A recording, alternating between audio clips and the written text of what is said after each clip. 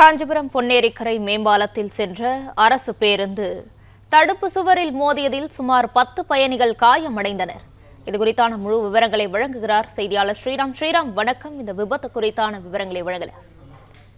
காஞ்சிபுரம் பேருந்து நிலையத்திலிருந்து மாநகர் பகுதிகள் வழியாக காஞ்சிபுரம் அடுத்த பொன்னேரிக்கரை மேம்பாலம் வழியாக சென்று கொண்டிருந்த பூந்தமல்லிக்கு அரசு பேருந்து சென்று கொண்டிருந்து அதில் 20க்கும் மேற்பட்ட பயணிகள் பயணிக்கக்கூடிய சூழ்நிலையில் மேம்பாலத்தின் மீது சென்று கொண்டிருந்த போது திடீரென வாகனம் அந்த பேருந்து என்பது அந்த ஓட்டுநருடைய கட்டுப்பாட்டை இருந்து எதிர் திசையில் பேரிகார்டுகளை கடந்து எதிர் திசையில் சென்று கொண்டிருந்த இனோவா கார் மீது மோதி அதனை அடுத்து தடுப்பு சுவர் மீது மோதி விபத்துக்குள்ளாயிருக்கிறது. இதில் ஒரு உயிர் சேதம் இல்லை என்றாலும் 10க்கும் மேற்பட்டோர் படுகாயம் அடைந்திருக்கிறார்கள். அந்த இனோவா கார் தடுப்பு மட்டும் இடிக்காமல் இருந்தால் பேருந்து மேம்பாலத்திலிருந்து கீழே விழுந்து பெரும் விபத்து ஏற்பட்டிருக்கும்.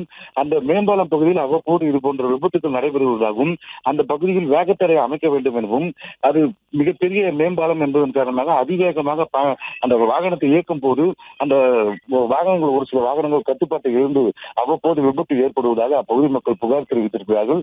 இருப்பினும் அரசு பேருந்து நிலையத்திலிருந்து பொன்னேரிக்கரை மேம்பாலம் வழியாக பூந்தமல்லி நோக்கி சென்ற பேருந்து ஓட்டுநருடைய கட்டுப்பாட்டை இருந்து எதிர் திசையில் மோதியதன் காரணமாக அப்பகுதியில் பரபரப்பு ஏற்படுது. அதில் 10க்கும் மேற்பட்ட படுகாயமடைந்தவர்கள் காஞ்சிபுரம் அரசு பொது மருத்துவமனையில் அனுமதிக்கப்பட்டு விபத்து குறித்து சிவகாஞ்சி போலீசார் தற்போது வழக்கு பதிவு செய்து விசாரணை மேற்கொண்டு வருகின்றனர். இந்த இனோவா காரில் பயணம் செய்த ஓட்டுநர் சிறு காயங்களுடன் உயிர் தப்பினார். விவரங்களுக்கு நன்றி ஸ்ரீராம்.